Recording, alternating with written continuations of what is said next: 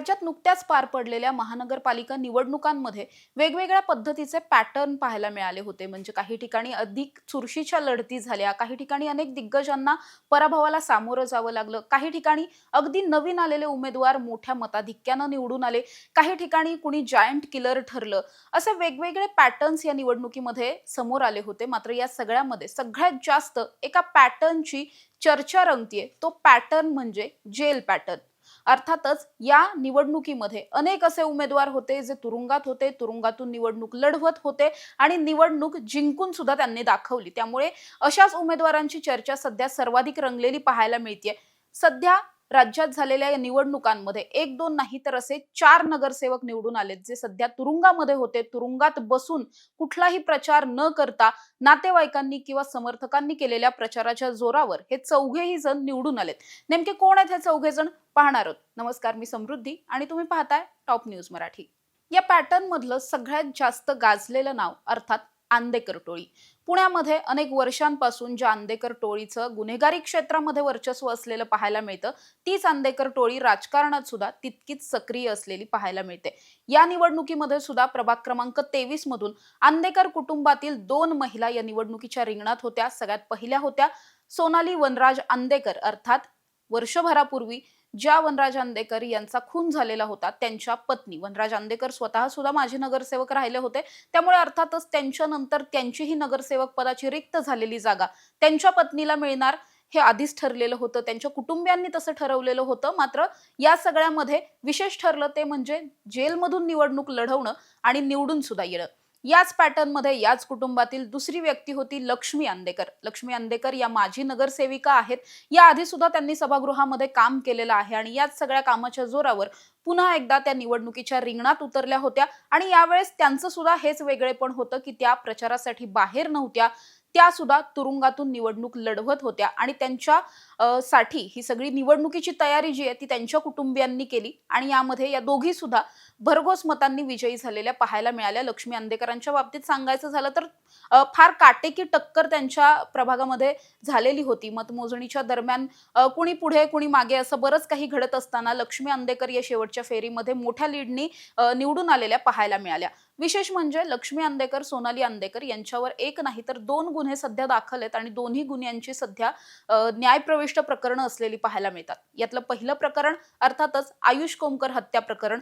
आयुष कोमकरचे वडील म्हणजेच गणेश कोमकर हा स्वतः वनराज आंदेकर खून प्रकरणामधला आरोपी आहे आणि वनराज यांचा तो बहिणीचा नवरा आहे. म्हणजे स्वतःचे दाजी आहेत, त्या दाजींच्या मुलाचा म्हणजे थोडक्यात वनराज यांच्या भाच्याचा, बंडू आंदेकरच्या नातवाचा खून जो आहे तो या आंदेकर टोळीनं केला होता. कारण वनराज आंदेकरच्या खुनाचा बदला त्यांना घ्यायचा होता.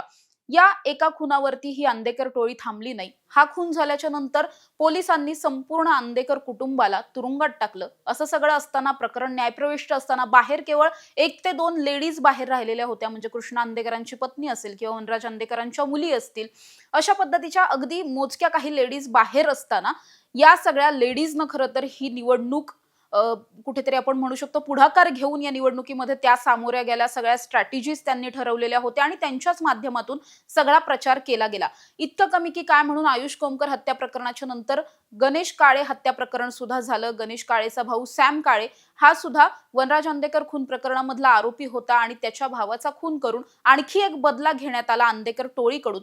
असं सगळं असताना, खुनाचे 2 गुन्हे दाखल असताना न्यायालयानं अर्थातच जोपर्यंत आरोपीला शिक्षा होत नाही किंवा या सगळ्या प्रकरणाचा निकाल लागत नाही आणि आरोपी दोषी सिद्ध होत नाही, तोपर्यंत कुणीही निवडणूक लढवू शकतं असा निकाल दिलेला होता. आणि त्यामुळेच बंडू आंदेकरने सुद्धा अपक्ष अर्ज भरला. या दोघींनी सुद्धा राष्ट्रवादी काँग्रेसच्या तिकिटावरून ही निवडणूक लढवली आणि दोघी सुद्धा निवडून आलेल्या पाहायला मिळाल्या. विशेष म्हणजे याच प्रभागामधून माजी आमदार असलेल्या रवींद्र धंगेकरांच्या पत्नीचा मोठ्या मताधिक्यानं पराभव सुद्धा झाला. हे खरंच खूप अनपेक्षित होतं.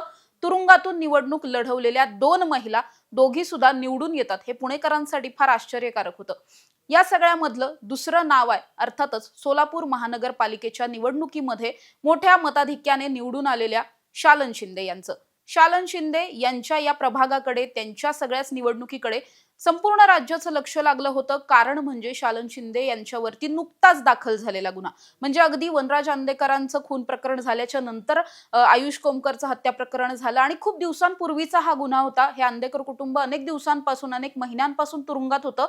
मात्र या प्रकरणामध्ये म्हणजे शालन शिंदेच्या प्रकरणामध्ये हा गुन्हा अगदी 10-15 दिवस आधीच दाखल झालेला गुन्हा होता. म्हणजे मुळात घडलं काय होतं, तर शालन शिंदे यांच्यावरती मनसेचे विद्यार्थी सेनेचे जे सोलापूरचे पदाधिकारी होते बाळासाहेब सरवदे यांच्या खुनाचा गुन्हा त्यांच्यावरती दाखल होता आणि या सगळ्या आरोपांमध्ये त्या तुरुंगात असताना त्यांनी तुरुंगातून निवडणूक लढवली. मुळात घडलेलं असं होतं की शालन शिंदे यांच्या समोर भाजपच्याच बंडखोर एका महिला उमेदवारानं अर्ज भरलेला होता. रेखा सरवदे असं त्यांचं नाव आहे. मुळात त्या सुद्धा भाजपच्या होत्या, शालन शिंदे सुद्धा भाजपचे होते. या सगळ्यामध्ये आमदार पुत्राच्या नेतृत्वाखाली किरण देशमुख यांच्या नेतृत्वाखाली खरं तर एक पॅनल तयार केलेलं होतं भाजपनं ज्यांना अधिकृतरित्या ही उमेदवारी देऊ केलेली होती. त्यांच्याच विरोधामध्ये रेखा सरवदे या बंडखोर म्हणून अपक्ष उमेदवारी अर्ज त्यांनी मिळवला आणि त्याच्यानंतर त्या अपक्ष ही निवडणूक लढवणार होत्या. असं सगळंच असताना भाजपकडून निवडणूक बिनविरोध व्हावी किंवा कमी चुरशीची व्हावी यासाठी रेखा सरवदे यांच्यावरती दबाव टाकण्याचा प्रयत्न केला गेला होता. त्यांनी हा उमेदवारी अर्ज मागे घ्यावा यासाठी भाजपच्या वरिष्ठ नेत्यांकडून, स्थानिकांकडून सुद्धा प्रयत्न केले जात होते.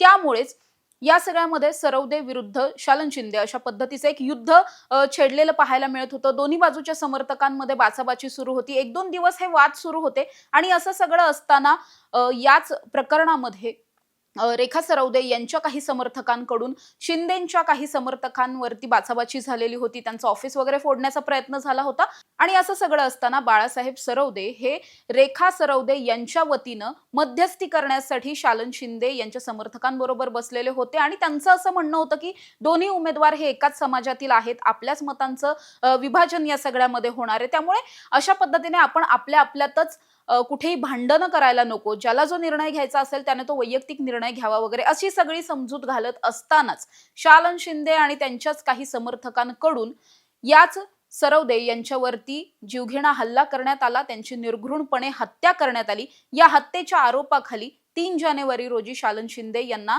पोलिसांनी ताब्यात घेतलेलं होतं. त्यांना अटक केली. त्याच्यानंतर त्या पोलीस कोठडीमध्ये होत्या आणि मुळात भाजपने या आधीच त्यांना उमेदवारी जाहीर केल्यामुळे त्यांची ही उमेदवारी तशीच ठेवण्यात आली. किरण देशमुख यांच्या नेतृत्वाखाली हे संपूर्ण पॅनल जे आहे ते या निवडणुकीच्या रिंगणात होतं. स्वतः शालन शिंदे जरी प्रचारामध्ये नसल्या तरी सुद्धा त्यांच्या पॅनलनं म्हणजे उर्वरित जे 3 उमेदवार होते त्यांनी या सगळ्यामध्ये त्यांच्या वतीनं प्रचार केला. शालन शिंदे यांचं कुटुंब सुद्धा तुरुंगात असल्यामुळे कुटुंबातील सुद्धा कुणीही त्यांचा प्रचार करण्यासाठी बाहेर नव्हतं. असं असताना केवळ पॅनलमधील इतर 3 उमेदवारांनी केलेल्या प्रचाराच्या जोरावरती शालन शिंदे यांचा सुद्धा विजय झालेला आहे आणि त्यामुळे हा विजय अनपेक्षित होता. इतकी अगदीच नुकतीच घडलेली ही अशा पद्धतीची केस दाखल झालेली असताना सुद्धा शालन शिंदे यांचा इतक्या मोठ्या मताधिक्यानं विजय होणं या सगळ्यामुळे सोलापूरकरांचे सुद्धा डोळे विस्फारलेले पाहायला मिळाले. जेल पॅटर्न मधलं चौथं आणि शेवटचं नाव आहे जळगाव महानगरपालिकेची निवडणूक जिंकलेले आणि माजी महापौर असलेले ललित कोल्हे. ललित कोल्हे हे मुळातच शिवसेनेचे अनेक वर्षांपासूनचे निष्ठावंत कार्यकर्ते म्हणून ओळखले जातात. माजी महापौर राहिल्यामुळे त्यांच्याकडे या शहराच्या बाबतीतल्या अनेक स्ट्रॅटेजी आहेत. निवडणूक कशा पद्धतीने लढायची, कशी जिंकायची असं बरंच काही त्यांनी प्लॅनिंग केलेलं असतानाच त्यांच्यावरती एक गुन्हा दाखल झाला. हा गुन्हा होता फेक कॉल सेंटर प्रकरणातला गुन्हा. याच एका फेक कॉल सेंटरच्या माध्यमातून अनेक परदेशी नागरिकांची फसवणूक करण्यात आली होती आणि जेव्हा या प्रकरणाच्या मुळापर्यंत जळगाव पोलिसांनी जायचा प्रयत्न केला त्यावेळी असं उघडकीस आलं की या प्रकरणामध्ये खुद्द ललित कोल्हे यांचाच हात आहे आणि याच प्रकरणामध्ये त्यांच्यावरती सुद्धा त्यांना सुद्धा या प्रकरणामध्ये सहआरोपी केलं गेलं. त्यांच्यावरती गुन्हा दाखल झाला आणि हा सगळा गुन्हा दाखल झाल्याच्या नंतर पोलिसांनी ललित कोल्हे यांना ताब्यात सुद्धा घेतलं. त्यांना अटक करण्यात आली. यानंतर सुद्धा ललित कोल्हे यांनी आपल्या मुलाच्या लग्नासाठी अंतरिम जामीन मिळावा असा अर्ज केला होता. मात्र न्यायालयाने तो अर्ज फेटाळून लावला. असं असताना तुरुंगातून त्यांनी सुद्धा निवडणूक लढवली. या एका केस मधलं विशेष असं की केवळ ललित कोल्हे हे एकटे निवडणुकीच्या रिंगणात नव्हते तर त्यांचा मुलगा पियुष कोल्हे आणि त्यांची आई सिंधू कोल्हे हे दोघे सुद्धा निवडणुकीच्या रिंगणात होते. त्यामुळे जरी स्वतः ललित कोल्हे हे निवडणुकीच्या प्रचारासाठी येऊ शकत नसले, ते स्वतः तुरुंगात असले तरी सुद्धा त्यांच्या कुटुंबियांकडून प्रचार केला गेला. या सगळ्यामध्ये जनतेला कुठेतरी भावनिक असं आवाहन करण्यात आलं होतं, कारण या कुटुंबानं जोपर्यंत ललित कोल्हे हे तुरुंगातून बाहेर येत नाहीत तोपर्यंत आम्ही अनवाणी पायांनी राहणार आहोत, आम्ही चप्पल घालणार नाही, अशा पद्धतीचं एक प्रतिक्रिया दिलेली होती आणि तशा पद्धतीने त्यांनी संपूर्ण प्रचारामध्ये सुद्धा कुणीही चप्पल परिधान केली नव्हती आणि त्यामुळेच लोकांना जे काही भावनिक आवाहन केलेलं होतं, मुळातच या ठिकाणचा शिवसेनेचा मोठा चेहरा म्हणून ललित कोल्हे प्रसिद्ध होते आणि जरी स्वतः ते निवडणुकीच्या रिंगणात असून सुद्धा प्रचारामध्ये नव्हते, तरी सुद्धा त्यांच्या कुटुंबियांनी, त्यांच्या मुलानं, त्यांच्या बायकोनं आणि त्याचबरोबर त्यांच्या आईनं, समर्थकांना जो काही केलेला प्रचार होता, या सगळ्या प्रचाराच्या जोरावरती स्वतः ललित कोल्हे सुद्धा या निवडणुकीमध्ये विजयी झालेले पाहायला मिळतात. त्यामुळे राज्यामध्ये 1-2 नाही तर 4 असे उमेदवार आहेत, 4 असे नगरसेवक आहेत. यातले 2 नगरसेवक हे राष्ट्रवादीचे आहेत, एक भाजप आणि एक शिवसेना शिंदे गटाचे उमेदवार आहेत. हे चौघे सुद्धा तुरुंगात बसून प्रचारामध्ये कुठेही नसताना तरी सुद्धा त्यांचा विजय झालेला पाहायला मिळतोय. अर्थात हा विजय कशामुळे झाला, यामागची कारणं काय, या सगळ्यावरती चर्चा करण्यासारखे अनेक मुद्दे असले तरी सुद्धा अशा पद्धतीने लोकशाहीला बळकटी देणाऱ्या आपल्या देशामध्ये तुरुंगातून निवडणूक लढवून जर नगरसेवक पदासाठी हे उमेदवार इच्छुक होतात आणि त्यानंतर निवडणूक लढवून ते जिंकून सुद्धा येतात, हे खरं तर प्रत्येकासाठीच थोडंसं विचार करायला लावणारी गोष्ट आहे. मुळातच नगरसेवक म्हणा किंवा कोणतेही लोकप्रतिनिधी हे कायदेमंडळात जात असतात, सभागृहात जात असतात, लोकांना त्यांचे प्रश्न सोडवण्यासाठी मदत करत असतात किंवा लोकांना न्याय देण्याचा काम हे त्यांच्यावरती असतं, त्यांच्यावर जनतेचा विश्वास असतो आणि जर अशा पद्धतीने ज्यांच्यावर गंभीर स्वरूपाचे गुन्हे दाखल आहेत, ज्यांना तुरुंगाकडून निवडणूक लढवण्यासाठी जामीन सुद्धा दिला जात नाही, इतक्या गंभीर स्वरूपाच्या गुन्ह्यांमध्ये जे आरोपी तुरुंगामध्ये आहेत किंवा ज्यांच्यावर अशा पद्धतीचे आरोप आहेत, भले ते सिद्ध झाले असतील नसतील तरी सुद्धा या प्रकरणांमध्ये ते संशयित आढळलेले आहेत आणि अशांना उमेदवारी मोठे पक्ष देतात आणि त्यानंतर त्यांना निवडून आणण्यासाठी पक्षाच्या वतीनं त्यांच्या समर्थकांकडून, पॅनलमधील इतर उमेदवारांकडून ताकद लावली जाते, त्यांचा प्रचार केला जातो आणि तुरुंगातून निवडणूक लढवून हे सगळे जिंकून सुद्धा येतात. ही खरं तर शोककळा म्हणावी लागेल, कारण या सगळ्याच्या नंतर आता हेच लोक सभागृहामध्ये बसणार आहेत आणि आपले प्रश्न सुद्धा मांडणार आहेत. त्यामुळे जे लोक अशा पद्धतीच्या गुन्ह्यांमध्ये सामील आहेत ते खरंच जनतेला न्याय देऊ शकतात का, हा एक मोठा प्रश्न सध्या उपस्थित होतोय. अशा ताज्या आणि महत्त्वाच्या बातम्यांसाठी तुम्ही पाहत राहा टॉप न्यूज मराठी. आपला महाराष्ट्र, आपली बातमी. तुमची car, electric panel, data server आगीपासून सुरक्षित आहे का? नाही? मग आजच बसवा F protect temperature activated fire suppression device. यामध्ये आहे eco friendly non toxic pressurised liquid, जे आग लागल्यास क्षणार्धात ऍक्टिव्हेट होऊन आगीवरती मिळवते नियंत्रण. बसवण्यास अतिशय सोपे आणि सुटसुटीत. टेकालिपचे एक दर्जेदार उत्पादन एफ प्रोटेक्ट.